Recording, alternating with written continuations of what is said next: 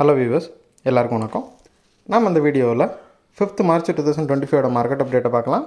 அப்புறம் ஸ்டாக்ஸில் இதெல்லாம் top gainers, இதெல்லாம் டாப் லூசர்ஸ், எஃப்எஸ்டிஎஸ்ங்கெல்லாம் வந்து எவ்வளோ க்ரோர்ஸ்க்கு ஸ்டாக்ஸை பை அண்ட் செல் பண்ணியிருக்காங்க, க்ரூட் எதுக்காக விழுந்துச்சு, எல்லா டீட்டெயில்ஸும் இந்த வீடியோவில் பார்க்கலாம்.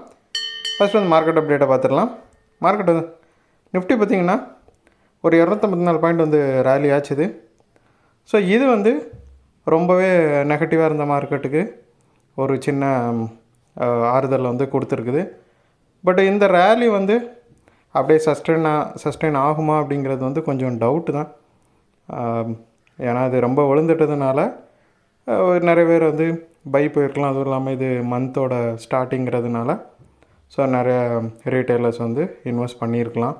மார்க்கெட் வந்து ரொம்பவே சோல்ட் அவுட் ஆகி இருக்கிறதுனால. பட் இது வந்து எப்படியே சஸ்டெயின் ஆகுமாங்கிறது கொஞ்சம் கேள்விக்குறியான ஒரு கொஸ்டின் தான்.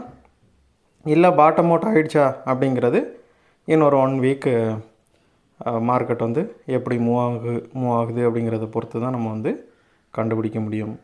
அப்புறம் வந்து டாப் கெய்னர்ஸில் பார்த்திங்கன்னா அதானி போர்ட்ஸ் வந்து ஒரு 54 பாயிண்ட் வந்து ரேலி ஆகிருக்குது. ஃபெப்ரவரியில் அவங்களோட கார்கோ ஹேண்ட்லிங் வால்யூம் வந்து ரொம்பவே இன்க்ரீஸ் ஆகிருக்குது. ஸோ அந்த ரிப்போர்ட்னால அதானி போர்ட்ஸ் வந்து ரேலி ஆகிருக்குது. அப்புறம் டாடா ஸ்டீல் பார்த்திங்கன்னா ஒரு 6 பாயிண்ட் வந்து ரேலி ஆகிருக்குது. சைனா வந்து அவங்களோட ஸ்டீல் அவுட்புட்டை வந்து ஸ்டீல் டோட்டல் அவுட்புட்டை வந்து ரெடியூஸ் பண்ணலாம் அப்படின்ட்டு சில நியூஸஸ் வந்து இருக்குது. இது வந்து இந்தியாவில் இருக்கிற டொமஸ்டிக் ஸ்டீல் கம்பெனிஸ்க்கு வந்து ரொம்பவே பாசிட்டிவான விஷயமாக பார்க்கப்படுது. ஏன்னா சைனாவோட ஸ்டீல் வந்து ரொம்ப சீப்பான அளவில் வந்து இந்தியாவில் இறக்குமதி ஆகிட்டு இருந்தது.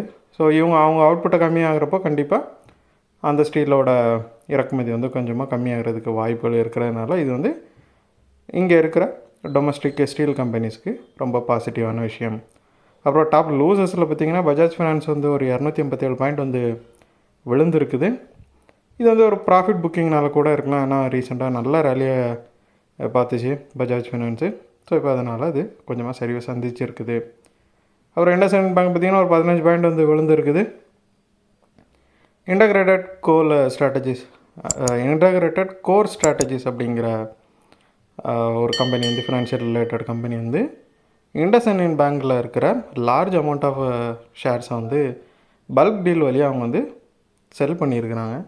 ஸோ அதோட இம்பேக்டில் வந்து இண்டஸ்இண்ட் பேங்க் வந்து ஒரு 2-3 நாளாக விழுந்துட்டுருக்குது. அப்புறம் எஃப்ஐஸை பார்த்தோம் அப்படின்னா 10வது கண்டினியூஸ் டேவை செல் பண்ணிகிட்ருக்குறாங்க. 2895 கோடிக்கு வந்து அவங்க செல் பண்ணியிருக்கிறாங்க. டிஐஎஸ் வந்து 20வது கண்டினியூஸ் டேவை பை பண்ணுறாங்க. 3370 கோடிக்கு பை பண்ணியிருக்கிறாங்க.